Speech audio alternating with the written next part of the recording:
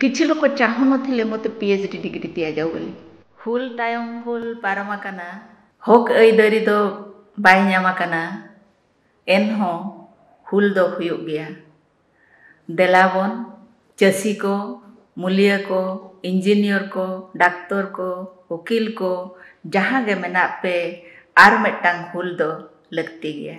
नमस्कार indigenous voice को आपण मान को स्वागत। आज आमर सहित अच्छा पद्मश्री मैडम दमयंती बेसरा और तांकर परिचय से निजे आम सीधा सीधा आमर वार्तालाप को आसबा। मैडम नमस्कार। नमस्कार।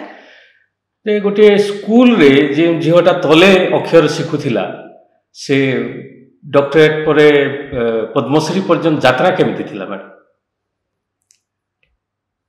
प्रथमत पद्मश्री पाइबी ए आशारे तो कौनसी काम करी नाही।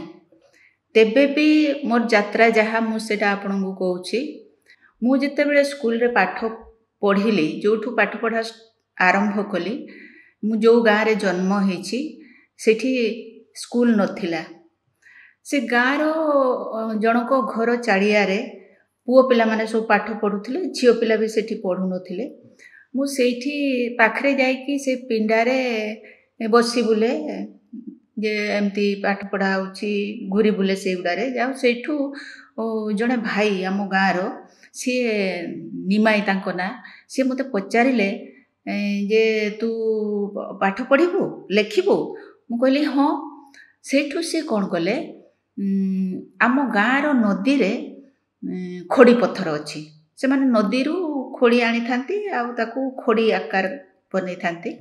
से खोड़ी आनिकी मते तोळे ओ आ लेखिदेले मु गोटे दिन रे स्वरवर्ण सब शिखिगली। शिखिगला परे से मो बापा माँ को जाइकी कहिले जे झियो भल पाठ पढ़ी पारिबो आ ताकू पाठ पढ़ा। सेठू मोर पाठ पढ़ा आरंभ हैला तोळे ओ आ लेखिकी। किंतु सेते बेले जेतु स्कूल नथिला मो बड़ बापा टिके पाठ पढ़ी तृतीय श्रेणी पर्यंत से पाठ पढ़ी एवं रायरंगपुर तहसील ऑफिस रे से पियन थिले। तांकर भी सेते बेले पिलापिली नथिले तेणु सी मते सेठी को नेकी गले जो गाँटी आमर ओरिजिनल गाँ जोटा देउली सेठी मोर पाठ पढ़ा आरंभ हैला। प्रथम रु तृतीय श्रेणी पर्यंत मु से देउली स्कूल रे पढ़िली। तापरे चतुर्थ पंचम आम गाँ रु 2 किलोमीटर खंडे हम चंडीदा बोली सेठी चतुर्थ पंचम मु पढ़िली। तापरे षष्ठ श्रेणी रे मते नेकी रायरंगपुर कन्याश्रम रे छाड़ीदेले। सेठी षष्ठ रु आम बेले सेते बेले एकादश थिला क्लास 11th पर्यंत षष्ठ रु एकादश पर्यंत मु सेठी पढ़िली। से जो आश्रम स्कूल रे पढ़िली सेठी पढ़िला परे जानिली जे जड़े पाठ पढ़िला परे बड़ मनीष होई पारिबो ए चिंताधारा मो मन को आसिला। एवं से दिन ठारू निज जाति प्रति निज भाषा प्रति मोर गोटे केमिति स्वतंत्र ममता आसिला। जेते बेले मु ओडिया कविता देखे सेते बेले मु भाबे एमिति तो मु मो भाषा रे लेखि पारिबी। एवं 9th क्लास रो मु लेखा आरंभ कली। तापरे मैट्रिक पास कला पोरे चिंता पड़ला जे मु कोठी पाठ पढ़िबी। कारण बड़ बापांकर इच्छा थिला मु गाँ रे रही रायरंगपुर कॉलेज रे मु पाठ पढ़िबी। किंतु सेठी मोर आ पाठ पढ़ा होई पारला नाही। मो मामू थिले सी मते रमादेवी रे एडमिशन करथिले। मोर इच्छा थिला घर माने बड़ बापांकर इच्छा थिला मु डॉक्टर हेबी तेणु मु मेडिकल पढ़ी तार इंटिमेशन भी जाइथिला। सेते बेले जे कोनोसी पिला मेडिकल पढ़ी पारुथिले से वर्तमान भली नथिला जे साइंस बैकग्राउंड आसीबो सी पढ़िबो सेते बेले सेमति नथिला। मते भी से मामू भी कहले साइंस रे एते बड़ बड़ सब बही अछि ए सब बही पढ़िबा पाए पढ़िबो आ सी केमति जानि जाइथिले जे मोर टिके लिटरेचर प्रति गोटे दुर्बलता अछि। सेति पई मते से आर्ट्स रे एडमिशन करदेले। मु रमादेवी रे पढ़िली। सेते बेले भी मु लेखा लेखि करूथिली। तापरे उत्कल यूनिवर्सिटी रो मु एमए कंप्लीट कली। तापरे 1987 रे मु एजुकेशन डिपार्टमेंट रे जॉइन कली as a lecturer. Odia lecturer ଭାବରେ। ଆଉ ସେତେବେଳେ ତ କୌଣସି ମାନେ ମୋତେ ଗାଇଡ଼ କରିବା ପାଇଁ କେହି ନଥିଲେ ଯେ କ'ଣ ପଢ଼ିବି କ'ଣ କରିବି। ମାନେ ଆଜି ପର୍ଯ୍ୟନ୍ତ ଜୀବନରେ ମୁଁ ଯାହା କରିଛି ମୁଁ ନିଜ ପ୍ରୟାସରେ ହିଁ କରିଛି, ନିଜ ଉଦ୍ୟମରେ ହିଁ କରିଛି। ଆଉ ଆଦିବାସୀ ଝିଅ ମୁଁ କାହାକୁ କେବେ ଖୋସାମତ କରିନି, କାହାକୁ କେବେ କିଛି କହିନି। ତେଣୁ ଯାହା କରିଛି ନିଜେ ନିଜେ ହିଁ ମୁଁ ସବୁ କରିଛି। ଚାକିରି ଯେତେବେଳେ କଲି ସେତେବେଳେ ମୋର ବାହାଘର ପ୍ରସ୍ତାବ ଆସିଲା। ଏଇ ଯେଉଁ ବାହା ହେଲା ପରେ ମୁଁ ଯାହାକୁ ବାହା ହୋଇଛି ସିଏ ହେଉଛନ୍ତି ଡକ୍ଟର ଗଙ୍ଗାଧର ହାଁସଦା। ଆଉ ସିଏ ବି ଲେଖାଲେଖି କରନ୍ତି, ଏବେ ବି ଲେଖାଲେଖି ସେ କରୁଛନ୍ତି। ଆମ ଦୁଇ ଜଣ ଖାଲି ମାନେ ଆମ ଭାଷା ପାଇଁ ହିଁ ଖାଲି କାମ କରୁଛୁ ସବୁବେଳେ। ତେଣୁ ବାହା ହେଲା ପରେ ସିଏ ଯେତେବେଳେ ଜାଣିଲେ ମୁଁ ଲେଖାଲେଖି କରେ ବୋଲି ସିଏ ମୋତେ ବେଶୀ ଉତ୍ସାହିତ କଲେ। ମାନେ ଯଦି ଆଜି କିଛି ମୁଁ ହେଇପାରିଛି ତ ତାଙ୍କ ପାଇଁ ହିଁ ମୁଁ ହେଇପାରିଛି। ସେ ମୋତେ ବହୁତ ସପୋର୍ଟ କରିଛନ୍ତି। ତେଣୁ ବହି ମୋର ବେଶୀ ଛପା ହେଇଛି, ତାଙ୍କର କମ୍ ଛପା ହେଇଛି। କାରଣ ମୋ ବହି ହିଁ ଆଗ ସେ ଛାପିଲେ, ଯେଉଁଟାକି କବିତା ବହି ଥିଲା ଜିବି ଝାରନା ବୋଲି, ଜୀବନ ଝରଣା ଯାହା ଓଡ଼ିଆ ହୋଇପାରିବ। ତେଣୁ ସେ ବହି ଛପା ହେଲା। ସେ ବହି ଛପା ହେଲା ପରେ ଆମର ଯେଉଁ all India Santali writers association ଅଛି ସେଇଟା ମୋତେ 94ରେ poet of the year award ସେମାନେ ମୋତେ ଦେଲେ। ସେଠୁ ମୁଁ ଆଉ ଟିକେ ଏନକରେଜ୍ ହେଲି ଲେଖାଲେଖି କରିବା ପାଇଁ। ଏମିତି ତ ଆମ ପ୍ରଫେସନରେ ଲେଖା ବି ଦରକାର ହେଉଥିଲା, ଆମର କ୍ୟାରିୟର ପାଇଁ ଦରକାର ହେଉଥିଲା। ଯଦି ଆପଣ କିଛି ରିସର୍ଚ୍ଚ ୱାର୍କ କରିବେନି ତାହେଲେ ଗଭର୍ଣ୍ଣମେଣ୍ଟରୁ ଲେଟର ଆସୁଥିଲା ଯେ ଆମେ କିଛି ରିସର୍ଚ୍ଚ ୱାର୍କ କରୁନୁ, କୌଣସି କାମ କରୁନୁ, ଖାଲି ପିଲାଙ୍କୁ ପାଠ ପଢ଼ଉଛୁ ବୋଲି। ତେଣୁ ସେତେବେଳଠୁ ମୋର ଲେଖା ଆରମ୍ଭ। ଯଦି ବା ଆଗରୁ ଲେଖା ଆରମ୍ଭ ହୋଇଥିଲା ଆମ ଭାଷାରେ ଯେଉଁଟା କରିଥିଲି, ମୋର ଏତେ ମାନେ ପାଖରେ ଏତେ ପଇସା ବି ନଥିଲା ପବ୍ଲିଶ କରିବା ପାଇଁ। ବୁକ୍ ପବ୍ଲିଶର ବି ଆମର ତ ନାହାନ୍ତି, ବର୍ତ୍ତମାନ ସୁଦ୍ଧା ବି ଏତେ ନାହାନ୍ତି। ଆମେ ନିଜେ ନିଜେ ସବୁ କାମ କରୁଛୁ, ନିଜେ ଡିଟିପି କର, ନିଜେ ପ୍ରୁଫ୍ ରିଡ଼ିଂ କର, ନିଜେ ଛାପ। ତେଣୁ ସେଇ ଦିନଠୁ ମୋର ଲେଖାଲେଖି ଆରମ୍ଭ ହେଲା ଉଭୟ ଓଡ଼ିଆ ଆଉ ସାନ୍ତାଳୀରେ। ତାପରେ ମାନେ ପ୍ରମୋସନ୍ ହେବା ପାଇଁ, ଚାକିରିରେ ପ୍ରମୋସନ୍ ହେବା ପାଇଁ PhD କରିବା ନିହାତି ଆବଶ୍ୟକ। ତେଣୁ ମୁଁ ପ୍ରଥମ ଯେଉଁ PhDଟା କଲି ସେଇଟା ମୁଁ ନିଜ କମ୍ୟୁନିଟି ଉପରେ କଲି। ମୟୂରଭଞ୍ଜର ସାନ୍ତାଳ ଏକ ସାମାଜିକ ସାଂସ୍କୃତିକ ଅଧ୍ୟୟନ। ଏଇ ଯେଉଁ PhD କଲି, PhDରେ ମୁଁ ବହୁତ ହଇରାଣ ହେଇଛି। ନୂଆ ସବଜେକ୍ଟ ନୁହଁ। ମୁଁ ଏତେ ବର୍ଷ ପରେ ଚାକିରି ସରିଲା ପରେ ମୁଁ ଖୋଲିକି କହୁଛି ଯେ କିଛି ଲୋକ ଚାହୁଁନଥିଲେ ମୋତେ PhD ଡିଗ୍ରୀ ଦିଆଯାଉ ବୋଲି। ମୋର ଭାୟାଭା ସରିଲା, ଭାୟାଭାର 13 ମାସ ପରେ ମୁଁ ଡିଗ୍ରୀ ପାଇଛି। ମାନେ 2004ରେ ମୁଁ ଡିପୋଜିଟ୍ କରିଥିଲି, 2005ରେ ଯାଇକି ମୋତେ ମୋର ଭାୟାଭା ସରିଲା, ସବୁ ସରିଲା। ତାପରେ ବି ନୋଟିଫିକେସନ୍ ହେବା ପାଇଁ 13 ମାସ ଲାଗିଗଲା। କାରଣ କ'ଣ ଥାଇପାରେ? କାରଣ କ'ଣ ଥାଇପାରେ ମୁଁ ଯାହା ଶୁଣିଛି, କିଛି ସିଣ୍ଡିକେଟ୍ ମେମ୍ବର ବି ଥିଲେ ଯେଉଁମାନେ କି କହୁଥିଲେ ଯେ ୟାକୁ ଡିଗ୍ରୀ ଦେଲେ ଇଏ ଆଗକୁ ଆହୁରି ଯିବ, ସେଥିପାଇଁ ମୋତେ ଡିଗ୍ରୀ ଦିଆ ହେଉନଥିଲା। ଗୋଟେ କେସ୍ ଫେସ୍ ବି ଗୋଟେ ହେଇଯାଇଥିଲା, ଯିଏକି ସେତେବେଳେ ଭାଇସ୍ ଚାନ୍ସେଲର ଯାଇଥିଲେ ସୁଦର୍ଶନ ନନ୍ଦ, ସିଏ ହାଇକୋର୍ଟକୁ ଆସିକି ତାପରେ ଯାଇକି ପ୍ରୋବ୍ଲେମଟା ସଲ୍ଭ ହେଲା ଆଉ ମୋତେ ଡିଗ୍ରୀ ଦିଆହେଇଛି। ମୁଁ ବହୁତ ହାରାସ ହେଇଛି ସେତେବେଳେ। ମାନେ ଏଠି ଆପଣଙ୍କର ଦେଖାଯାଇଛି ତିନିଟା କଥା। ସେ ଭାଇ ଜଣକ ଯିଏ ଆସିକିରି ଖଡ଼ି ପଥର ଆଣିକିରି ଦେଖିଦେଲେ, ତାପରେ ସାର୍ ଯିଏ ନିଜେ ବି ଲେଖକ ଅଛନ୍ତି ଆଉ ଆପଣଙ୍କୁ ପ୍ରଥମେ ଆପଣଙ୍କର ବହି, ବିଶେଷ କରି ମୋ ବାପା ମା ଯେଉଁ ସମୟରେ ଝିଅ ପିଲାମାନେ ଏତେ ପାଠ ପଢ଼ୁନଥିଲେ ସେତେବେଳେ ମୋ ବଡ଼ ବାପା ମୋତେ କହିଲେ ଯେ ତୁ ପାଠ ପଢ଼, ତୋତେ ମୁଁ ଆମେରିକା ପର୍ଯ୍ୟନ୍ତ ପଢ଼େଇବି। ଆମେରିକା କହିଲେ ସେତେବେଳେ ମୁଁ ବୁଝୁନଥିଲି, କେବଳ ଏତିକି ବୁଝୁଥିଲି ଯେ ମୁଁ ବହୁତ ପାଠ ପଢ଼ିବି ଏବଂ ବହୁତ ପାଠ ପଢ଼ିଲେ ମୁଁ ବଡ଼ ହେଇପାରିବି। ଆଉ ସେତେବେଳଠୁ ଇଚ୍ଛା ଥିଲା ଯେ ମୁଁ ସୋସାଇଟି ପାଇଁ କିଛି କରିବି, କିଛି ତ କରିପାରିବିନି, ଲେଖିବି। ମୁଁ ସୋସାଇଟି କଥା ମୁଁ ଲେଖିବି, ଅନ୍ୟମାନେ ଜାଣନ୍ତି। ମୁଁ ଯେତେବେଳେ କଲେଜରେ ପଢ଼ିଲି, ଅନ୍ୟ ବହିପତ୍ର ଯେତେବେଳେ ପଢ଼ିଲି, ଦେଖିଲି ଯେ ଆଦିବାସୀମାନଙ୍କ ବିଷୟରେ କିଏ ମାନେ ସଠିକ୍ ଭାବରେ ନ ଜାଣିକି ସେମାନଙ୍କୁ ଉପସ୍ଥାପନା କରାଯାଉଥିଲା ଯେ ଆଦିବାସୀମାନେ ଏମିତି, ଆଦିବାସୀମାନେ ସେମିତି ସେଇଗୁଡ଼ା ମୋତେ ଭାରି ଖରାପ ଲାଗୁଥିଲା।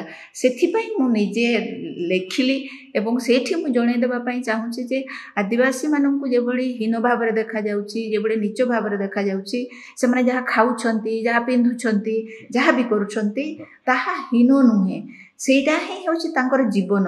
ଆଦିବାସୀଙ୍କ ଜୀବନରୁ, ତାଙ୍କ ସଂସ୍କୃତିରୁ, ତାଙ୍କର ଚାଲିଚଳନରୁ ଅନ୍ୟମାନେ ବହୁତ କିଛି ଶିଖିଛନ୍ତି। କାରଣ ସେମାନେ ହେଉଛନ୍ତି ମୂଳରୁ ଆସିଛନ୍ତି, ଓଡ଼ିଶାରେ ସେମାନେ ଆରମ୍ଭରୁ ଆସିଛନ୍ତି। ଆଜି ଆମେ ଯେଉଁ ଦେଖୁଛେ ପୁରୀ ମନ୍ଦିର, ଯେଉଁ ଠାକୁର ଅଛନ୍ତି, 3 ଠାକୁର ଅଛନ୍ତି, ସେ ଠାକୁର ତ ଆଦିବାସୀ ଠାକୁର, ସେ ହେଉଛନ୍ତି ଶବର ଦେବତା। ଏବଂ ଅନ୍ୟ ଆଦିବାସୀମାନେ, ସାନ୍ତାଳମାନେ, କନ୍ଧମାନେ, ଶବରମାନେ ସେ 3 ଠାକୁରକୁ ଏବେ ବି ପୂଜା କରୁଛନ୍ତି। ତେଣୁ ବହୁତ କଥା ଅଛି। ଆମେ ଏଠି ଦେଖିଲୁ ପୁଣି ଥରେ ସେ ପ୍ରଶ୍ନକୁ ଆସିଛି, ସେ ଭାଇ ଯିଏ ଖଡ଼ି ପଥର ଆଣିକରି ଆପଣଙ୍କୁ ଅକ୍ଷରଟା ଶିଖେଇଲେ, ପରବର୍ତ୍ତୀ ସମୟରେ ସ୍ୱାମୀ ସାର୍ ଯେଉଁ ଆପଣଙ୍କୁ ନିଜର ବହି ବଦଳରେ ଆପଣଙ୍କଟା ପ୍ରାୟୋରିଟି ଦେଲେ ଲେଖାଲେଖି, ତାପରେ ଯେତେବେଳେ ଆପଣଙ୍କର PhDଟା 13 ମାସ ଲେଟ୍ ହେଲା, ମାନେ ଏଠି ଆମେ ଦେଖୁଛୁ ଯେ ନିଜ କମ୍ୟୁନିଟିରୁ, ନିଜ ଲୋକଙ୍କଠୁ ହିଁ ଆପଣ ଇନ୍ସପାୟାର ହେଇଛନ୍ତି, ମାନେ ପ୍ରୋତ୍ସାହିତ ହେଇଛନ୍ତି। ଆଉ ବାକି ଯେଉଁମାନେ ଅଛନ୍ତି ସେମାନେ ଆପଣଙ୍କୁ ଚାହୁଁନାହାନ୍ତି। ମାନେ ଏଇଟା ଗୋଟେ ଆଦିବାସୀ ପ୍ରତି ଗୋଟେ ଆଧୁନିକ ଯୁଗ ଯେଉଁ କହୁଛୁ ଆମେ, ସୋ କଲ୍ଡ ତାର ମାନସିକତା କି ସେଇଟା ମୋ ପ୍ରତି ଅନ୍ୟାୟ ହେଲା। ମାନେ ମୁଁ ଯେଉଁ 2004ରୁ ଡିଗ୍ରୀ ପାଇଥାନ୍ତି, ମୁଁ ସେ କଥା ପଚାରୁଛି, ସେଇ ଅନ୍ୟଟା ସିମ୍ବଲିକାଲ କି ଆଦିବାସୀମାନଙ୍କ ଉପରେ, ଯେଉଁଟା ଆଦିବାସୀମାନଙ୍କୁ ଯେମିତି ଆପଣ କହିଲେ, ଯେଉଁମାନେ ଆଦିବାସୀ ବିଷୟରେ ନ ଜାଣିକିରି ଲେଖୁଛନ୍ତି, ଆଉ ବହୁତ ଯେଉଁଟା ଆପଣ ଏକ୍ଜାମ୍ପଲ୍ ଦେଲେ, ତ ଆପଣ ସେଇଟା ଭାବିଲେ ଯେ ମୁଁ ମୋ କଥା ଲେଖିବି, ମୋ କମ୍ୟୁନିଟିର କଥା ଲେଖିବି। ତାପରେ ସେ ଯେଉଁ ଆପଣଙ୍କୁ 13 ମାସ ଲେଟ୍ ହେଲା, ତାପରେ ଯିଏ ଚାହୁଁନଥିଲେ ଇଏ ଆଗକୁ ଆସୁ, এইসবু জিনিস মানে এটা গোটে সিম্বল কি, গোটে প্রতীক কি গোটে আদিবাসীମାନଙ୍କ প্রতি ସୋକଲ୍ଡ ଆଧୁନିକ ମଣିଷର ମାନସିକତା? ନିଶ୍ଚୟ ଖୁସିରେ ଯୋଉଟାକୁ ଗ୍ରହଣ କରିବ ସେଥିରେ ସେ ଆଗେଇ ଯିବ। ନିଶ୍ଚିତ ଯେଉଁ ମୁଖ୍ୟ ସ୍ରୋତ କଥା କହିଲେ, ମୁଖ୍ୟ ସ୍ରୋତଟା ପ୍ରକାରାନ୍ତେ ସେଇଟା ଆଦିବାସୀ ମାନଙ୍କୁ ଆଦିବାସୀତ୍ୱରୁ ବିଚ୍ୟୁତ କରିବାର କଥା ନୁହେଁ ତ? କାହିଁକି ମୁଖ୍ୟ ସ୍ରୋତ ନ ହେବ ସାନ୍ତାଲ? ସେମାନେ କହୁଛନ୍ତି ମୁଖ୍ୟ ସ୍ରୋତ। ସେ କଥା ମୋର କହିବା କଥା, ଆଦିବାସୀ ସବୁବେଳେ କାହିଁକି କମ୍ପ୍ରମାଇଜ କରିବ ତାର ଭାଷା ଠାରୁ, ତାର ଜମିନ ଠାରୁ, ତାର ଅଧିକାର ଠାରୁ, ତାକୁ କାହିଁକି ଛଡ଼େଇ ନିଆଯିବ? ଯେମିତି ଆଦିବାସୀ ଅନ୍ୟ ଭାଷାକୁ ଶିଖୁଛି, ଅନ୍ୟ ଚାକିରିଆ ବାବୁମାନେ ଯେଉଁମାନେ ସରକାରରେ ରହିଲେ ସେମାନେ କାହିଁକି ଆଦିବାସୀ ଭାଷାକୁ ବୁଝିବେ ନାହିଁ? ତାଙ୍କର ବି ତ କର୍ତ୍ତବ୍ୟ ରହିଛି ଆଦିବାସୀ ଭାଷାକୁ ବୁଝିଲେ ସିନା ସେମାନେ ବୁଝେଇ ପାରିବେ, ନିଜେ ସେମାନଙ୍କୁ ବୁଝିପାରିବେ। ଏବଂ ଆଦିବାସୀ ଲୋକଟେ ବି ଜାଣିବ ଯେ ହଁ ମୋ ଭାଷାର ବି ଆଦର ଅଛି, ମୋତେ ବି ଲୋକ ମୋ କଥା ଚିନ୍ତା କରୁଛନ୍ତି। କିନ୍ତୁ ତାହା ହେଉନାହିଁ। ସବୁବେଳେ ଆଦିବାସୀକୁ କୁହାଯିବ ଯେ ଏ ଆଦିବାସୀଟା ଇଏ କିଛି ବୁଝିପାରିବ ନାହିଁ। କିନ୍ତୁ ଆଦିବାସୀ କାହିଁକି ବୁଝିବ? ଆଦିବାସୀ ମୁଖ୍ୟ ସ୍ରୋତରେ କାହିଁକି ରହିବ? କୋଉଟା ମୁଖ୍ୟ ସ୍ରୋତ? ସେ କଥା ମୁଖ୍ୟ ସ୍ରୋତ ମାନେ କୋଉଟା? ମୁଖ୍ୟ ସ୍ରୋତଟା ଗୋଟେ ଆଦିବାସୀ ବିପକ୍ଷରେ, ଆଦିବାସୀ ସଂସ୍କୃତି ବିପକ୍ଷରେ ଗୋଟେ ସୁନ୍ଦର ଶାବ୍ଦିକ ଅର୍ଥ। ହଁ, ସବୁବେଳେ ତ ତାକୁ ତ ସବୁବେଳେ ସବୁ ଡିସ୍କରେଜ କରାଯାଉଛି, ତାକୁ ପ୍ରେରଣା ଯୋଗେଇବା ପରିବର୍ତ୍ତେ ତାକୁ ନିରୁତ୍ସାହିତ କରାଯାଉଛି, ତାକୁ ବାଧ୍ୟ କରାହେଉଛି ତୁ ଏଇଟା କର, ତୁ ସେଇଟା କର। କିନ୍ତୁ ଆଦିବାସୀର ଯେଉଁ ଜୀବନ ଅଛି, ତାର ସ୍ୱାଭାବିକ ଜୀବନ ଅଛି, ସେଇଥିରେ ଜୀଇବାକୁ ଯଦି ଆମେ ତାକୁ ବଞ୍ଚିତ କରିବା, ସେ ଆଗକୁ ବଢ଼ିପାରିବ କେମିତି? ନିଶ୍ଚିତ ଆପଣ ତ ନିଜେ ସେଇଟା ଅନୁଭବ କରିଛନ୍ତି, ଯେମିତି ସୋକଲ୍ଡ ମୁଖ୍ୟଧାରା ଯେଉଁ କହୁଛନ୍ତି ତା ସାଙ୍ଗରେ ଆପଣ ସଂଘର୍ଷ କରିକରି, ଯେମିତି ଆପଣ ଓଡ଼ିଆରେ ଇଏଟା କଲେ, ତାପରେ ଡାକ୍ତରୀ ପାଠ ଛାଡ଼ିକରି PhD କଲେ, ଯାହାକୁ 13 ମାସ ଲେଟ୍ କରି ଦିଆହେଇଥିଲା। ତ ଏ ଯେଉଁ ସଂଘର୍ଷ ଅଛି, ଆପଣ ଦମୟନ୍ତୀ ବେସରା ଜିତିଗଲେ, ଅନ୍ୟ ଦମୟନ୍ତୀ ବେସରା ମାନେ କ'ଣ କରିଥିବେ ଆଜି? ଅନ୍ୟ ଦମୟନ୍ତୀ ମାନେ ବି ଏଭଳି ବଞ୍ଚିବା ପାଇଁ, ଜିତିବା ପାଇଁ ବାରମ୍ବାର ପ୍ରୟାସ କରୁଛନ୍ତି। କାହା କାହା ଭାଗ୍ୟରେ ଆସୁଛି, କାହା କାହା ଭାଗ୍ୟରେ ଆସୁ ନାହିଁ। ଅନେକ କମ୍ପ୍ରମାଇଜ କରିଦେଉଛନ୍ତି, ସାଲିସ କରିଦେଉଛନ୍ତି। କିନ୍ତୁ ବର୍ତ୍ତମାନ ଆମକୁ ଏଟାକୁ ଗୋଟେ ଚ୍ୟାଲେଞ୍ଜ ଭାବରେ ଆମକୁ ନେବା ପାଇଁ ପଡ଼ିବ। ନିଶ୍ଚିତ ନିଶ୍ଚିତ। ଆମେ କାହିଁକି ଅନ୍ୟମାନଙ୍କ ଠାରୁ ଆମେ ପଛରେ ପଡ଼ିବା? ଏଇ ଜିଦ୍ ଆମ ପାଖରେ ଆସିବାର ଅଛି। ମୁଁ ଏଠି ଗୋଟେ ଉଦାହରଣ ଦେଉଛି ଯେ ଆମେ ଯଦି ଦେଖିବା ଆଦିବାସୀମାନଙ୍କୁ, ସେମାନେ ଚାକିରି କ୍ଷେତ୍ରରେ ବହୁତ କମ୍ ଅଛନ୍ତି। ନିଶ୍ଚିତ କିମ୍ବା ଆମର ଯେଉଁ ଆଦିବାସୀ ପିଲାମାନେ ସେମାନେ କୌଣସି ବିଜନେସ୍ରେ ମଧ୍ୟ ସକ୍ସେସ୍ ହେଇପାରୁନାହାନ୍ତି। ତେଣୁ ସେମାନଙ୍କୁ ବର୍ତ୍ତମାନ ଏଇଟା ବୁଝିବା ପାଇଁ ପଡ଼ିବ ଯେ ସେମାନଙ୍କଠୁ ମୁଁ ଅଧିକ କେମିତି ଅଧିକ ମୁଁ ଆପଣଙ୍କୁ ବୁଝେଇକି କହୁଛି। ଗୋଟିଏ ଜେନେରାଲ ପିଲାଟେ ଆଇଏଏସ୍ ହେବା ପାଇଁ ଓଏଏସ୍ ହେବା ପାଇଁ ଯେକୌଣସି ଚାକିରି କରିବା ପାଇଁ ସିଏ କୋଚିଂ ନେଉଛି, କିନ୍ତୁ ଆଦିବାସୀ ପିଲା ନିକଟରେ ସେ ସମ୍ବଳ ନାହିଁ। ସିଏ ଯେତେବେଳେ ନିଜ ପରିଶ୍ରମରେ ତାକୁ ହାସଲ କରୁଛି, ଜୟଯୁକ୍ତ ହେଉଛି ସେଇଠି, ସେତେବେଳେ ତାକୁ କୁହାଯାଉଛି ଯେ ନାଇଁ ରିଜର୍ଭେସନରେ ଆସିଲା। ସେ ରିଜର୍ଭେସନରେ ଆସିଲା, ସେଟା ତ ତାର ଅଧିକାର ଅଛି, କିନ୍ତୁ ସିଏ ତ କୌଣସି ଜାଗାରେ କୋଚିଂ ନେଉନି, ତା ପାଖରେ ସେତିକି ସମ୍ବଳ ନାହିଁ। ଏବେ ଯେଉଁ ବଣ୍ଡା ଝିଅଟେ ଓଏଏସ୍ ହେଲା ସିଏ ତ କୋଚିଂ ନେଇନି। ଫୁଲବାଣୀର ଝିଅଟେ ଯିଏ ମେଡ଼ିକାଲ ପାଇଲା ସିଏ ତ କୌଣସି ଜାଗାରୁ ସେ କୋଚିଂ ନେଇନାହିଁ। ତେଣୁ ସେଇଥିରୁ ଆମ ପିଲାମାନଙ୍କୁ ବୁଝିବାର ଅଛି ଆମ ଭିତରେ ଟ୍ୟାଲେଣ୍ଟ ଅଛି ଏବଂ ସେ ସୁଯୋଗଟାକୁ ସେଟାକୁ କେମିତି ଆମକୁ ତିଆରି କରିବା ପାଇଁ ପଡ଼ିବ।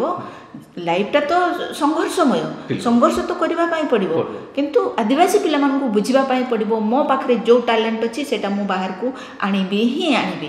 ନା ଗୋଟେ ଆଦିବାସୀ ଭାଷାରେ ଶିକ୍ଷାଦାନ ନ ହେବା ଗୋଟେ ଏଇଟା ହେଲା ବ୍ୟାରିକେଡ୍ ହେଲା ଏଇଟା କରିବା ପାଇଁ। ଦ୍ୱିତୀୟ କଥା ହେଲା ଯେଉଁ ମୁଖ୍ୟ ସ୍ରୋତଟା ଯେଉଁ କୁହାହେଉଛି ସୋକଲ୍ ମୁଖ୍ୟ ସ୍ରୋତ ଆମେ କହିବା, ତାପରେ ସଂଘର୍ଷ ତ ସମସ୍ତେ କରିବେ, ଯିଏ ବି କରିବ। ଆଦିବାସୀ ମାନଙ୍କର ଉପରେ ମାନେ ଯେଉଁ ଇଏ ଅଛି, କିଏ ଜଣେ ଓଏଏସ୍ ପାଇଗଲା, କିଏ ଜଣେ ମେଡ଼ିକାଲ ପାଇଗଲା, ମାନେ ସେଠି ଗୋଟେ ଆଦିବାସୀ ଝିଅ ବଣ୍ଡା ଝିଅ ଏଇଟା ପାଇଲା, ଆଦିବାସୀ ପୁଅ ଏଇଟା ପାଇଲା, ଏସବୁ ଯେଉଁ ପ୍ରଚାର କରାଯାଉଛି, ଅର୍ଥାତ୍ ଅନ୍ତରାଳରେ କୁହାଯାଉନି କି ସେମାନେ ଅଶିକ୍ଷିତ, ସେମାନେ ମୂର୍ଖ, ଯେଉଁଟା 100-200 ବର୍ଷ 500 ବର୍ଷ ତଳେ କୁହାଯାଉଥିଲା, ସେଇଟାକୁ ସେମାନେ ଦର୍ଶଉଛନ୍ତି ନା ହଁ ଯାହା କିଛି ହେଲେ, କିନ୍ତୁ ସେଗୁଡ଼ା ଆମକୁ ଖରାପ ଲାଗୁଛି। ସେ ଯଦି ଜଣେ ଯଦି ତାର ନିଜ ଉଦ୍ୟମରେ ସିଏ ପଢ଼ିକି ସେ ଯଦି ପାଉଛି, ସେଇଟା ହେଉଛି ତାର ଟ୍ୟାଲେଣ୍ଟ ତା ଭିତରେ ସେତିକି ଅଛି। ଆଦିବାସୀ ମାନଙ୍କ ଉପରେ ଟ୍ୟାଲେଣ୍ଟ ଅଛି, କିନ୍ତୁ ମିଡ଼ିଆ ବାଲା କ'ଣ କରିବେ, ମିଡ଼ିଆ ବାଲା ଆଉ ଗୋଟେ କଥା ବି କରନ୍ତି, ଯେତେବେଳେ ଆଦିବାସୀ ମାନଙ୍କର ହୁଏ, ସିଏ ପ୍ରିଣ୍ଟ ମିଡ଼ିଆ ହଉ କି ଇଲେକ୍ଟ୍ରୋନିକ୍ସ ମିଡ଼ିଆ ହଉ, ସେମାନେ କ'ଣ କରିବେ, ଯଦି ଆଦିବାସୀର ଯାହା କିଛି ଭଲ କାମ କଲା ତାହେଲେ ସେତେବେଳେ କହିବେ ଓଡ଼ିଆ, ମାନେ ଜେନେରାଲି ଭାବରେ ଯେତେବେଳେ କୁହନ୍ତି ସେତେବେଳେ କହିବେ ଓଡ଼ିଆ ଯୁବକ କି ଓଡ଼ିଆ ଯୁବତୀ, ଏଇଭଳି ଭାବରେ ସେମାନେ କୁହନ୍ତି। ଯେମିତି ମ୍ୟାଡ଼ାମ ରାଷ୍ଟ୍ରପତି ହେଲା ବେଲେ ମାନେ ମୁଁ ଯେତେବେଳେ ସାହିତ୍ୟ ଏକାଡେମୀ ପୁରସ୍କାର ପାଇଲି, ସେତେବେଳେ ପେପରରେ ବାହାରିଲା 2 ଓଡ଼ିଆ ସାହିତ୍ୟ ଏକାଡେମୀ ପୁରସ୍କାର ପାଇଲେ। ଆଚ୍ଛା, ମୁଁ ପୁରସ୍କାର ଯେତେବେଳେ ପାଉଛି ସେତେବେଳେ ଓଡ଼ିଆ ହେଇଯାଉଛି, ଅନ୍ୟ ସମୟରେ ମୁଁ ଆଦିବାସୀ ହେଇଯାଉଛି। ଏଇ ଯେଉଁ ମନୋଭାବଟା ରହୁଛି ସେଟା ତ ଆଜି ପର୍ଯ୍ୟନ୍ତ ବି ରହିଛି ନା। ମୁଁ ଆଦିବାସୀ ବୋଲି ଗୋଟେ ସମୟ ଥିଲା ଆମକୁ ଆଦିବାସୀ ବୋଲି ଏତେ ହୀନ କରାଯାଉଥିଲା, ଆମେ ଭୁବନେଶ୍ୱର ଭଳିଆ ଟାଉନରେ ନିଜ ଭାଷାରେ ଆମେ କଥା ବି କହୁନଥିଲୁ। ଆଦିବାସୀ କହିଲେ ସେମାନେ ଏତେ ହୀନ ଦୃଷ୍ଟିରେ ସେମାନେ ଦେଖୁଥିଲେ, କିନ୍ତୁ ଆମେ ତ ବର୍ତ୍ତମାନ ଗର୍ବର ସହିତ କହିପାରୁଛୁ ଯେ ଆମେ ଆଦିବାସୀ। ସେଇ କନସେପ୍ଟଟା ବର୍ତ୍ତମାନ ଆସିଛି। ତେଣୁ ଆମେ ଯେଉଁ ଆଦିବାସୀ, ଆମେ ସବୁକିଛି କରିପାରିବୁ, ଆମକୁ ଆଉ ଆମଠୁ ଆଉ ତୁମେ କିଛି ଛଡ଼େଇ ନିଅ ନାହିଁ। ଆମେ ଯେଉଁଠି ସ୍ୱାଭାବିକ ଭାବରେ ବଞ୍ଚିବା ପାଇଁ ଚାହୁଁଛୁ ସେମିତି ବଞ୍ଚିବା ପାଇଁ ଆମକୁ ଦିଅ। ଯଦି ତୁମେ ସାହାଯ୍ୟ କରିବା ପାଇଁ ଚାହୁଁଛ, ତୁମେ ଯଦି ପ୍ରକୃତରେ ଆମ ଟ୍ୟାଲେଣ୍ଟକୁ ଦେଖିବା ପାଇଁ ଚାହୁଁଛ, ତାହେଲେ ଆମକୁ ସେଇଭଳି ସୁଯୋଗ ଦିଆଯାଉ। ସୁଯୋଗ ଦିଆଗଲେ ଆମେ ନିଶ୍ଚିତ ଭାବରେ କରିପାରିବୁ। ଆଚ୍ଛା, ସୁଯୋଗ ଦିଆଗଲେ ମାନେ ଆପଣ ଆଦିବାସୀ ଯିଏ ଅଛନ୍ତି ଷ୍ଟ୍ରଗଲ୍ କରୁଛନ୍ତି, ସେମାନେ ଲାଇମଲାଇଟ୍କୁ ଆସିଛନ୍ତି, ଆପଣ ମ୍ୟାଡ଼ାମ ରାଷ୍ଟ୍ରପତି ଅଛନ୍ତି, ଆପଣ ଗୋଟେ ବହୁତ ଉଚ୍ଚ ସ୍ତରରେ ଅଛନ୍ତି, ଠିକ୍ ଅଛି, ବିନା ସଂଘର୍ଷରେ ତ କିଏ ବି କିଛି କରିପାରିବେନି। କିନ୍ତୁ ଯେଉଁ ମାନସିକତାଟା ତିଆରି ହେଇଛି ଆଦିବାସୀମାନଙ୍କ ବିପକ୍ଷରେ, ଯେମିତି ଆମେ ସବୁ କ୍ଷେତ୍ରରେ ଦେଖୁଛୁ, ରାଜନୀତି କ୍ଷେତ୍ରରେ ଦେଖୁଛୁ, ଯେତେବେଳେ ଡେଭଲପମେଣ୍ଟର କାମ କୁହାହେଉଛି, big project, big dam, mining ଏସବୁ କୁହାହେଉଛି, ସେସବୁ ଆଦିବାସୀ ହିଁ ସଫର ହେଉଛନ୍ତି। ବାକି ଯେଉଁମାନେ ଅଛନ୍ତି ଠିକ୍ ଅଛି, କିନ୍ତୁ ମୁଖ୍ୟ ଆପଣଙ୍କର ଜମି, ଆପଣଙ୍କର ଜଙ୍ଗଲ, ସେଇଠୁ ଆପଣ ବିସ୍ଥାପିତ ହେଇଯିବେ। ୟାର ବିପକ୍ଷରେ ଯେମିତି ପ୍ରାୟ ଯେଉଁ ଭଏସଟା ଉଠୁଛି, ସେ ଭଏସଟା ସାର୍ବଜନିକ ହେଇପାରୁନି। ସେଟା ସାର୍ବଜନିକ ହେଇପାରୁନି ଏଇଥିପାଇଁ ଆମେ ସମସ୍ତେ ଆଦିବାସୀ ମାନେ ଏକଜୁଟ ହେଇପାରୁନୁ। ଆମେ ଯେଉଁ ବିଭିନ୍ନ ଅଞ୍ଚଳରେ ସବୁ ରହିଛୁ, ମାନେ ମୁଁ ଆପଣଙ୍କୁ କହିବି ସାରା ଓଡ଼ିଶାରେ ଆମେ ଯଦି ଆଦିବାସୀ ମାନେ ଏକତା ମନ୍ତ୍ରରେ ଦୀକ୍ଷିତ ହେବା, ଯାହା ଆମେ କରିବା ପାଇଁ ଚାହୁଁଛୁ ସେଇଠି ସମସ୍ତେ ଯଦି ଏକ ସ୍ୱରରେ ସ୍ୱର ଉତ୍ତୋଳନ କରିବା ତାହେଲେ ଆମେ ନିଶ୍ଚିତ ଭାବରେ କିଛି ପରିବର୍ତ୍ତନ କରିପାରିବା। ଆଉ ଖାଲି କେବଳ ବ୍ୟକ୍ତିଗତ ସ୍ତରରେ ମୁଁ କହୁଥିବି, ମୁଁ ଲେଖୁଥିବି, ଏଭଳି ଭାବରେ ହୋଇପାରିବ ନାହିଁ। ଆମେ ଆମକୁ ସମସ୍ତଙ୍କୁ ଏକଜୁଟ ହେବା ପାଇଁ ପଡ଼ିବ। ମାନେ ସେଇ ଯେଉଁ କୁହନ୍ତି ନା ଗୋଟେ ହାତ ନୁହେଁ, ସବୁ ହାତକୁ ଯଦି ଆମେ ଏକାଠି କରିବା ତାହେଲେ ସେଥିରୁ ଯେଉଁ ଶକ୍ତି ଆମକୁ ମିଳିବ, ଯେଉଁ ଶକ୍ତି ଆସିବ, ସେଇଥିରେ ଆମେ ନିଶ୍ଚିତ ଭାବରେ କିଛି ପରିବର୍ତ୍ତନ କରିପାରିବା। ଆଉ ଯେକୌଣସି କ୍ଷେତ୍ରରେ ହେଉ, ଶିକ୍ଷା କ୍ଷେତ୍ରରେ ହେଉ, ସାମାଜିକ କ୍ଷେତ୍ରରେ ହେଉ, କଥା ହେଉଛି ଆମେ ଯେଉଁଠି ଯେତେବେଳେ ବି ଆମେ ଯାହା ବିରୋଧ କରୁଛେ ସେଥିରେ ଆମକୁ ସପୋର୍ଟ କରିବା ପାଇଁ ଆମ ଲୋକ ନାହାନ୍ତି।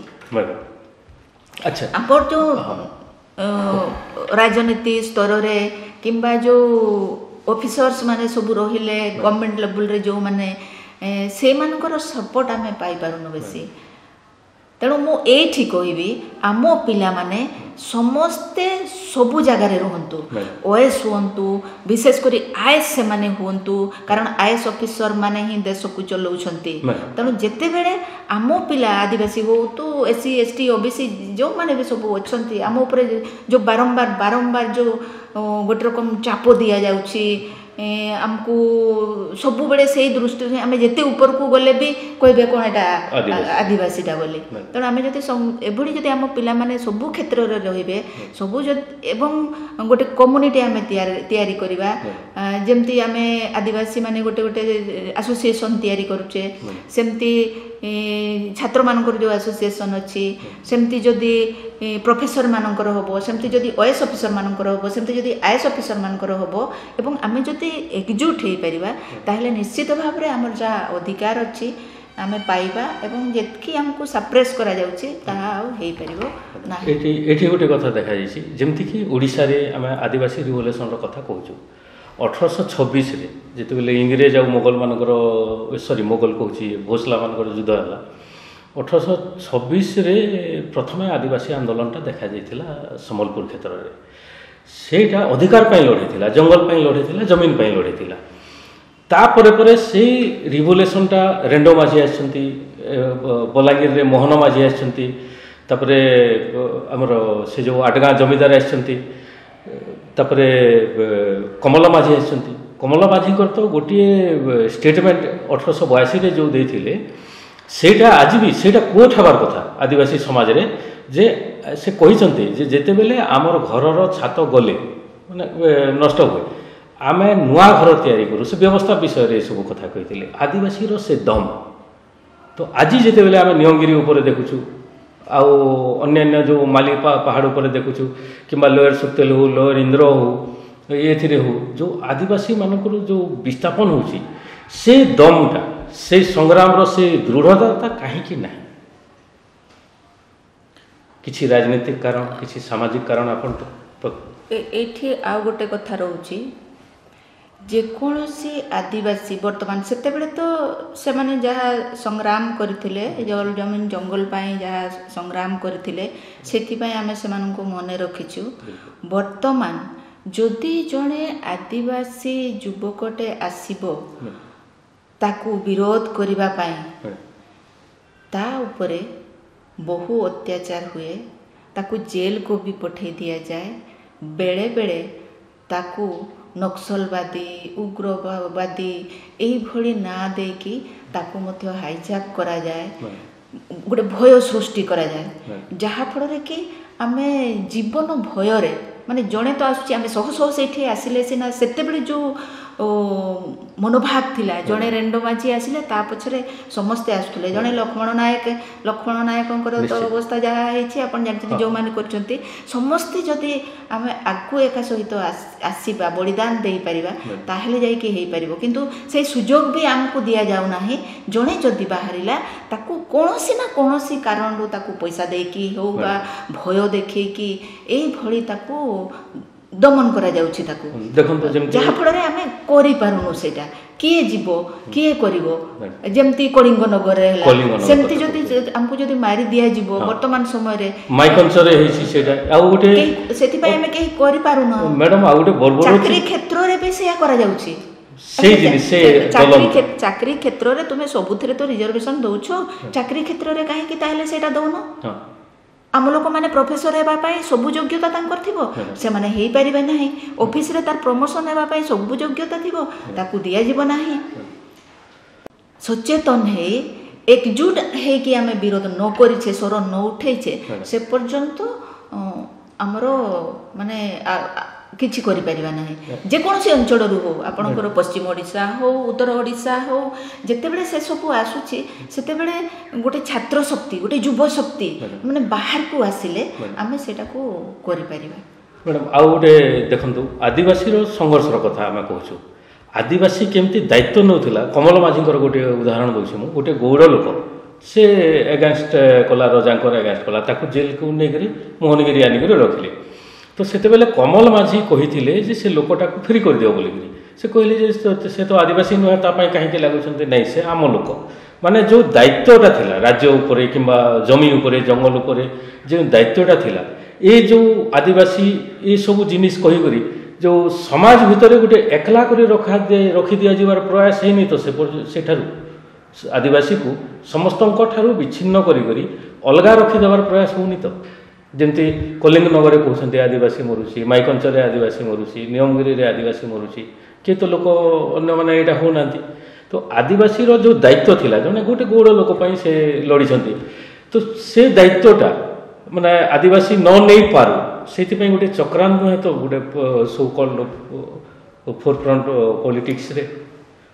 ସେସବୁ ତ ଆମେ ଜାଣିପାରୁନୁ, କିନ୍ତୁ ମୁଁ ଜଣେ ସାଧାରଣ ମଣିଷ ଭାବରେ ଯାହା ଦେଖେ, ଯେଉଁଠି ଆଦିବାସୀଟିଏ ପ୍ରତିଷ୍ଠିତ ହେଉଛି, ଯେଉଁଠି ତାର ନାଁ ରହୁଛି, ତା ପାଖାପାଖି ଆଉ ଆଦିବାସୀ ଲୋକମାନେ ରହିପାରୁନାହାନ୍ତି।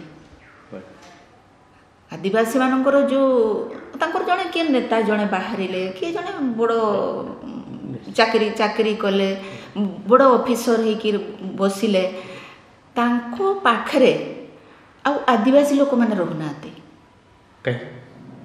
କାହିଁକି ରହୁନାହାନ୍ତି ତାର ତ କାରଣ ତ ମୁଁ କହିପାରିବିନି, କିନ୍ତୁ ସେଇଠି ଆଦିବାସୀ ଲୋକ ରହିଲେ ଯାଇକି ଆଦିବାସୀମାନଙ୍କର କିଛି ଉନ୍ନତି ହେଇପାରିବ। କାରଣ ତାକୁ ଗୋଟେ ଆଇସୋଲେଟେଡ୍ କରାଯାଉଛି, ଆଦିବାସୀମାନଙ୍କ ସାଙ୍ଗରେ ନ ମିଶୁ, ଏଇଟା ବାରମ୍ବାର ଆମେ ଅନୁଭବ କରୁଛେ। କାରଣ ଆଦିବାସୀମାନଙ୍କ ସହିତ ସିଏ ମିଶିଲେ ଆଉ କ'ଣ କରି ପକେଇବ, କି ସେମାନଙ୍କ ସହିତ ମିଶିଲେ ସେମାନଙ୍କୁ କ'ଣ ବୁଦ୍ଧି ଦର୍ଶେଇବ, ହୁଏତ ଏଇଭଳି ଚିନ୍ତାଧାରା ରହୁଥିବ। ମୁଁ ତ ଯେଉଁ ଦିନଠୁ ଦେଖୁଛି ଯେଉଁମାନେ ସବୁ ବଡ଼ ବଡ଼ ପୋଷ୍ଟରେ ଅଛନ୍ତି, ତାଙ୍କ ପାଖରେ କେହି ଆଦିବାସୀ ଲୋକ ନଥାନ୍ତି। ତେଣୁ ଆଦିବାସୀକୁ ସବୁବେଳେ ଆଇସୋଲେଟେଡ୍ କରିକି ରଖାହେଉଛି। ସିଏ ଆଉ ଆଦିବାସୀ କଥା ଚିନ୍ତା କରିପାରିବ ନାହିଁ। ମୁଁ ସେ କଥା କହୁଛି, ମାନେ ତୁ ଆଇଏଏସ୍ ହେଇଗଲୁ ମାନେ ତୁ ଆମର ଲୋକ ହେଇଗଲୁ। ସେ ଯେଉଁ ସୋକଲ୍ଡ ଆମେ ଯିଏ ଆଇଏଏସ୍ ହେଉଛି, ଆପଣ ଅଧିକାଂଶ ବାଗେ ଗୋବର୍ଦ୍ଧନଠୁ ଆରମ୍ଭ କରିକି ଯେଉଁମାନେ ଆଇଏଏସ୍ ହୁଅନ୍ତି, ସେମାନେ ନିଜ ସମାଜରେ ବାହା ହୁଅନ୍ତି ନାହିଁ, ସେମାନଙ୍କୁ ସାଙ୍ଗେ ସାଙ୍ଗେ ଟ୍ରାପ୍ କରିକି ନେଇଯାଆନ୍ତି ଏବଂ ତାଙ୍କ ସୋସାଇଟି ଭିତରେ ତାଙ୍କୁ ଆବଦ୍ଧ କରିକି ରଖନ୍ତି, ଯାହାଫଳରେ କି ଏଇ ସୋସାଇଟିର କୌଣସି ମଙ୍ଗଳ ହେଇପାରୁନାହିଁ। ଯେଉଁ ଲୋକଟି, ଯେଉଁ ବ୍ୟକ୍ତିଟି ସମାଜର ଭଲ କାମ କରିବ ବୋଲି ସେ ଏତେ ପରିଶ୍ରମ କଲା, ଆଇଏଏସ୍ ଅଫିସର ହେଲା କି ବଡ଼ ପଦବୀରେ ରହିଲା, ସେ ହେଇସାରିଲା ପରେ ହାଇଜାକ୍ ହେଇଗଲା। ସେ ଇଚ୍ଛା କରିକି ମଧ୍ୟ ଏପଟେ ସେ କରିପାରୁ ନାହିଁ। ଆମେ ଏତେ ସ୍ୱଳ୍ପ କଥାବାର୍ତ୍ତା ଭିତରେ ମୁଁ ଦେଖୁଛି ଆପଣଙ୍କର ଭିତରେ ଗୋଟିଏ ମାନେ ଅଗ୍ନି ସ୍ଫୁଲିଙ୍ଗ ଅଛି, ସେଇଟା ସାହିତ୍ୟରେ କେମିତି ଆସିଛି ଆପଣଙ୍କର? କିଛି ଆମର ଦର୍ଶକଙ୍କୁ କହିବେ। ସେସବୁ ସାହିତ୍ୟରେ ଅଛି, ମୁଁ କବିତା ମାଧ୍ୟମରେ ଅଛି ସେସବୁ। ମୁଁ କହିବା ପାଇଁ ମୁଁ ସେସବୁ ଚେଷ୍ଟା କରିଛି,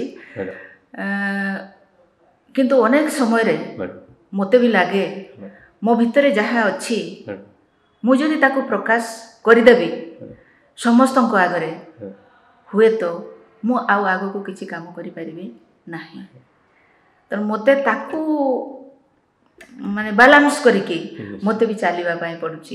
ଆଉ ଯଦି ମୁଁ ବାଲାନ୍ସ ନ କରିବି ତାହେଲେ ମୋତେ କୌଣସି କାମ ମିଳିବ ନାହିଁ କିମ୍ବା ଏମିତି ମୁଁ କାହା ଆଗରେ କହି ବି ପାରିବି ନାହିଁ। ମାନେ ଗୋଟେ ଏମିତି ଅଛି ମାନେ ଯେଉଁ ଭିତରେ ଯେଉଁ ସ୍ପୁଲିଂଟା ଅଛି ସେଇଟା ନାହିଁ, ସେଇଟା ଧୀରେ ଧୀରେ ସାମ୍ନାକୁ ଆସୁ ଧୀରେ ଧୀରେ ସାମ୍ନାକୁ ଆସୁଛି। ଯେମିତି ଗୋଟେ ଉଦାହରଣ ମ୍ୟାଡ଼ାମ ଧୀରେ ଧୀରେ ସାମ୍ନାକୁ ଆସୁଛି। ମୁଁ ଯେତେବେଳେ ଚାକିରି କରୁଥିଲି ସେତେବେଳେ ମୁଁ କୌଣସି କଥାକୁ ଖୋଲିକି କହିପାରୁନଥିଲି, କାରଣ ମୋତେ ସେତେବେଳେ ଚାକିରି ଭୟ ଥିଲା। ମୁଁ ଯଦି କହିଦେବି ତାହେଲେ ହୁଏତ ମୋର କିଛି ଅସୁବିଧା ହେଇପାରେ, ଏଥିପାଇଁ ମୁଁ କହୁନଥିଲି। ବର୍ତ୍ତମାନ କିନ୍ତୁ ମୁଁ କହୁଛି ତାପରେ ବି ମୋ ଭିତରେ ମୁଁ ଯାହା ସବୁ ଫେସ୍ କରୁଛି ସବୁ ଯଦି ଖୋଲିଦେବି ତାହେଲେ ମୁଁ ଯେତିକି ବି ବର୍ତ୍ତମାନ କରିବା ପାଇଁ ସମର୍ଥ ହେଉଛି ଜାତି ଭାଇମାନଙ୍କ ପାଇଁ, କେଉଁଠି କାହାକୁ ଯାଇକି କହିପାରୁଛି, କାହାକୁ ଆଗରେ ମୁଁ ପ୍ରକାଶ କରିପାରୁଛି, ତାହା ମଧ୍ୟ ହେଇପାରିବ ନାହିଁ। କାରଣ ସବୁବେଳେ ଗୋଟେ ସ୍ରୋତ ଏମିତି ଚାଲିଥିବ, ଧୀରେ ଧୀରେ ଚାଲିଛି, ସେ ଠିକ୍ ଅଛି, ସେ ତାର ଲକ୍ଷ୍ୟସ୍ଥଳରେ ପହଞ୍ଚିବ। ଯଦି ତାକୁ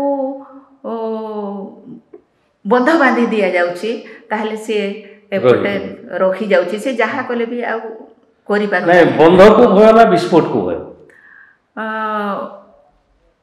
ମୋତେ ବନ୍ଧକୁ ଭୟ।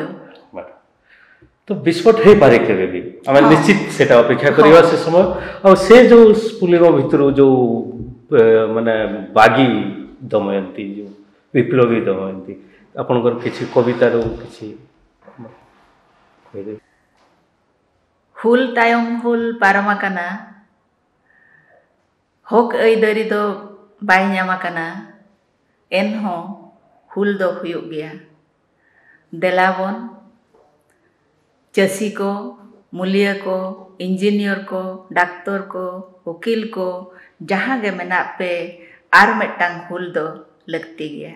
यार अर्थ होची संग्राम परे संग्राम, बहु संग्राम अतिबाहित होईची, विप्लव अतिबाहित होईची, किंतु आमको कौनसी हक कौनसी अधिकार मिली नाही। तेणु आसंतु समस्ते आमे चासी, मूलिया, डाक्तर, इंजीनियर, प्रोफेसर आमे समस्ते आउ एक विप्लव करिबा। निश्चित, बहुत सुंदर। आउ जो सांताली भाषा भी बहुत सुंदर भाषा। तापर सांताली भाषा पाई आपनकर संग्राम केमती रही, जेमती कि प्रथम गोटे आप मैगजीन आरंभ कर सांताली भाषार, सांताली भाषा उपरे आपनकर यात्राटा टिके आमको दर्शक को कह। सांताली जेहेतु मोर मातृभाषा, एथिरे तो मूलरू मु लेखिली। जेते बेले सांताली भाषा संविधान स्वीकृति पाइला, कॉलेज मानकरे सब पाठ पढ़ा हैला, सेते बेले मु निजे सिलेबस तैयारी कली एवं पिला माने कोन पढ़िबे सेथि पाए भी मु पुस्तक तैयारी करिछि। ता सहित सांताली रे मु गोटे बड़ काम करिछि पिला मानको पाए जो माने यूनिवर्सिटी रे कॉलेज रे पढुछंती। सांताली साहित्यर इतिहास गोटे मु लिखिछि, साहित्यर इतिहास। सी ओडिशा, बिहार, झारखंड, आसाम जोठी भी लेखक माने अछंती से लेखक मानकु मु एकत्रित करिछि आ से बही मु तैयारी करिछि। सांताली भाषा रे केमिति पाठ पढ़ा हबो सेथि पाए ए पर्यंत भी मोर संग्राम जारी रहिछि। मु 23 तारिख दिन 24 तारिख दिन आमर शिक्षा मंत्री निकट को जाइली, तांको मध्य मु निवेदन करिछि खाली सांताली भाषा नुहे, ओडिशा रे जेतिकी आदिवासी अछंती सेमानंकर पंचम श्रेणी पर्यंत पुस्तक तैयारी करा जाऊ, जो मानंकर पंचम श्रेणी पर्यंत होईछि तांकर अष्टम श्रेणी पर्यंत करा जाऊ। तिपाई मु तांको मध्य निवेदन करिछि। एवं सांताली भाषा रे एठी भी गोटे गड़बड़ हो जाइछि। सांताली भाषा रे पिला माने नेट दउछंती किंतु सांताली भाषा रे आसु नाही, सेटा देवनागरी सांताली भाषा रे आसुछि, देवनागरी स्क्रिप्ट यूज करा जाउछि। तम सेथि पय भी मु तांको निवेदन करिथिली। एवं हम कोई भाषा पाई मध्य आमे लागिछु। वर्तमान ओरांगचिति जो हो भाषा रहिछि से हो भाषा पाई भी आमे दाबी पत्र सब विभिन्न जगह दउछु। मुझे खाली सांताली भाषा पाई काम करुछि से कथा नुह। मु जेते बेले भी चिंता करे सब आदिवासी मानक पाई चिंता करे केमती हेई पारिबो, ताको पाई केमती काम କରାଯାଇପାରିବ। ସେଥିପାଇଁ ମୁଁ ଏବେ ସରକାରଙ୍କୁ ସେସବୁ ଜଣାଉଛି ଏବଂ ସରକାର ମଧ୍ୟ କଥା ଦେଇଛନ୍ତି ଯେ ଆସ୍ତେ ଆସ୍ତେ ସିଏ ସବୁ କାମ ଯେମିତି ବର୍ତ୍ତମାନ ଆମର ଆଦିବାସୀ ମୁଖ୍ୟମନ୍ତ୍ରୀ ଅଛନ୍ତି ସେଥିରୁ କିଛି ମାନେ ଆନ୍ତରିକତା ଆମେ ଆଶା କରିବୁ ତାଙ୍କଠାରୁ। ତାଙ୍କ ପାଖରୁ ଆମେ ଆଶା କରିବୁ, କିନ୍ତୁ ଏତେ ବ୍ୟସ୍ତ ସିଏ ରହୁଛନ୍ତି ଯେ ଆମେ ତାଙ୍କ ସହିତ ଦେଖା କରିବା କଥାବାର୍ତ୍ତା କରିବାର ସୁଯୋଗ ମଧ୍ୟ ଆମେ ବହୁତ କମ୍ ପାଉଛୁ। ତଥାପି ଆମେ କିଛି ଫଳ ତ ନିଶ୍ଚିତ ଭାବରେ ପାଉଛୁ। ନିଶ୍ଚିତ ସେ ତାଙ୍କର ତ ଏଇଟା ଥିବ ନିଶ୍ଚିତ ଆଦିବାସୀମାନଙ୍କର ପ୍ରତି ଦୃଷ୍ଟି ଥିବ। ଆମେ ଚାହିଁବୁ ଯେ ତାଙ୍କର ସରକାରରେ ଆପଣ ଯାହା ଯାହା ଚିନ୍ତା କରୁଛନ୍ତି ସେଇଟା କମ୍ ସେ କମ୍ ବେସ୍ ପ୍ରିପେୟାର ହେଇଯାଉ। ଆଚ୍ଛା, ଯେଉଁଟା ଆମେ ଆଦିବାସୀ ସାହିତ୍ୟର ଇତିହାସ ସାନ୍ତାଲି ସାହିତ୍ୟର ଇତିହାସ ଆପଣ ଲେଖିଲେ, ଯେଉଁ ପାଠ୍ୟକ୍ରମ ଅଛି ସେ ପାଠ୍ୟକ୍ରମରେ କ'ଣ ଅଛି? ଓଡ଼ିଆର ଅନୁବାଦ ଅଛି ନା ସାନ୍ତାଲିର ଅରିଜିନାଲ ତାଙ୍କର ଭାଷାର ଏସବୁ ଜିନିଷ ଗୁଡ଼ାକ ଅଛି? ଏସବୁ ଅନୁବାଦ ନାହିଁ, ଅରିଜିନାଲ ହିଁ ଅଛି। ଅରିଜିନାଲ ଅଛି। ଅରିଜିନାଲି ଯେଉଁ ଗଳ୍ପ ଲେଖା ହେଉଛି, ଉପନ୍ୟାସ ଲେଖା ହେଉଛି, ପ୍ରବନ୍ଧ ଲେଖା ହେଉଛି, ସେସବୁକୁ ହିଁ ଆମେ ସିଲାବସ୍ରେ ରଖିଛୁ। ଆଚ୍ଛା, ଯେଉଁ ପ୍ରାଇମେରୀ ସେକ୍ସନରେ ଯେଉଁ ପଢ଼ୁଛନ୍ତି ଯେମିତିକି ବର୍ଣ୍ଣବୋଧ ଓଡ଼ିଆରେ ପଢ଼ାଯାଏ ସେମିତି କିଛି? ବର୍ଣ୍ଣବୋଧ ତ ପଣ୍ଡିତ ରଘୁନାଥ ମୁର୍ମୁ ଆଗରୁ ତିଆରି କରିଦେଇଛନ୍ତି ସାନ୍ତାଲିରେ। ଯେଉଁ ବହି ଗୁଡ଼ା ସବୁ ହେଇଛି, ଏଇଠି ଗୋଟେ କଥା ମୁଁ ଆହୁରି କହୁଛି, ହେଇଛି ଏମିଲି ଟିଚର ଆପଏଣ୍ଟମେଣ୍ଟ କରାହେଇଛି, କିନ୍ତୁ ସେମାନେ ଆଦିବାସୀ ଭାଷା ନ ପଢ଼େଇକି ସେମାନେ ବର୍ତ୍ତମାନ ଜେନେରାଲ ଟିଚର ହେଇଗଲେ। ତେଣୁ ସେଟା ସକ୍ସେସ୍ ହେଇପାରୁନି। ସେମାନେ ସବୁ ସବଜେକ୍ଟ ସେମାନେ ପଢ଼ଉଛନ୍ତି, ସବୁ ସବଜେକ୍ଟ ପଢ଼ାନ୍ତୁ ମନା ନୁହେଁ, କିନ୍ତୁ ଆଦିବାସୀ ଭାଷାକୁ ମଧ୍ୟ ଧ୍ୟାନ ଦିଆଯାଉ। ସେଇଟା ହିଁ ମୁଁ ଚାହୁଁଛି ଯେ ସବୁ ପିଲା ଯେତେବେଳେ ନିଜ ମାତୃଭାଷାରେ ପଢ଼ିବେ, ପଢ଼ିବାର ଗୋଟେ ଆଗ୍ରହ ଆସିବ। ଯେଉଁ ଡ୍ରପ୍ ଆଉଟ୍ ଯେଉଁ ହେଉଛି ସେଇଟା ହେବ ନାହିଁ। ତେଣୁ ସମସ୍ତଙ୍କର ମାତୃଭାଷାରେ ସେମାନେ ସବୁ ଜାଣି ସାରିଲା ପରେ ଆଉ ଗୋଟେ ଭାଷାକୁ ସେମାନେ ଠିକ୍ରେ ପଢ଼ିପାରିବେ। କାରଣ ଏତେ ଗୁଡ଼ିଏ ଆଦିବାସୀ ଭାଷା ଯେଉଁ ରହୁଛି, ସମସ୍ତେ ଖାଲି କହୁଛନ୍ତି ଲୋପ ହେଇଯାଉଛି। କାହିଁକି ଲୋପ ହେଉଛି?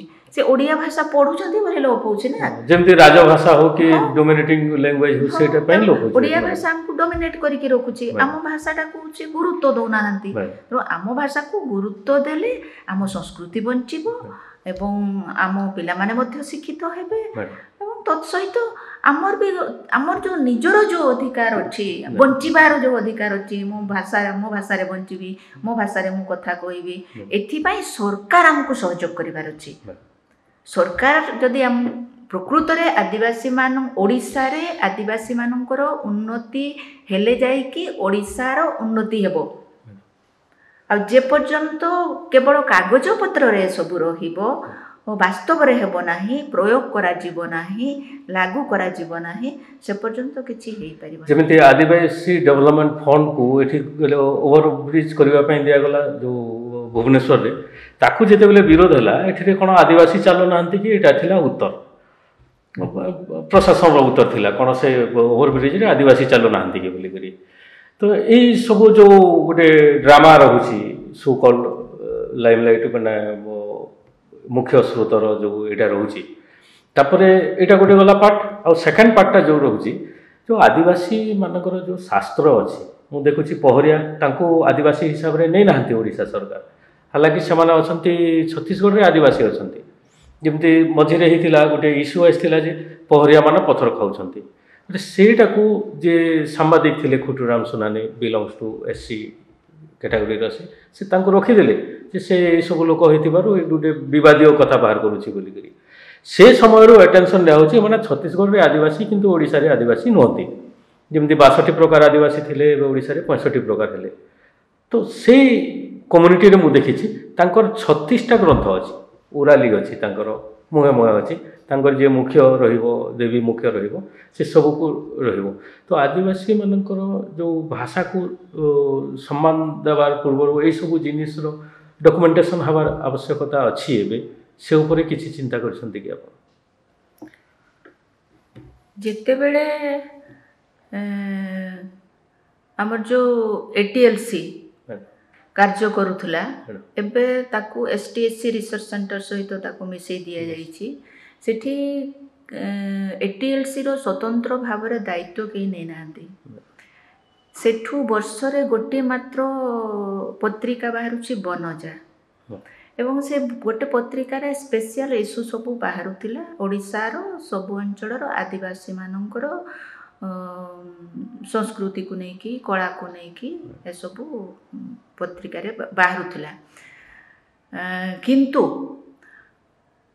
ये जो जेतिकी ग्रंथ अच्छी जेतिकी लोक कथा अच्छी से सबू को संग्रह करिवार अत्यंत जरूरी एवं एहा मध्य नुआ एजुकेशन पॉलिसी रे एक कथा मध्य रही आमे ए सबू जानिला परे ए सबू काम को किभली भाबरे हासिल करिबा सेथिपाई आमे उद्यम करिवार आवश्यकता रही कोठ को गले को डिपार्टमेंट को गले कल्चर डिपार्टमेंट को गले कि आउ को डिपार्टमेंट रे सब काम हेई परिबो विशेष कर कल्चर डिपार्टमेंट रे सब डॉक्यूमेंटेशन होची तापरे एजुकेशन डिपार्टमेंट रे बही पत्र कोन करा जाई परिबो से सब को हमको जानिबार अछि माने बहुत कथा आम आदिवासी लोक माने सरकारंकर कौन कौन व्यवस्था अच्छी सुविधा अच्छी सेटा आमे जानी पारुनु एवं आमको मध्य स्वतंत्र भाव रे जोड़े दिया जाउ नाही तेणु से सब को जानी किभली भाव रे ताको करि परिबा तार उद्यम आमे निश्चित भाव रे करिबा निश्चित सेटा एटीएलसी माध्यम रे हेई परिबो कल्चर डिपार्टमेंट माध्यम रे हेई परिबो ए सब चेष्टा हमको करबा को पड़िबो कोनो से गोटे पीरियड लागि शॉर्ट पीरियड लागि सेटा गोटे फंड भी करा जाय परिबो निश्चित आमे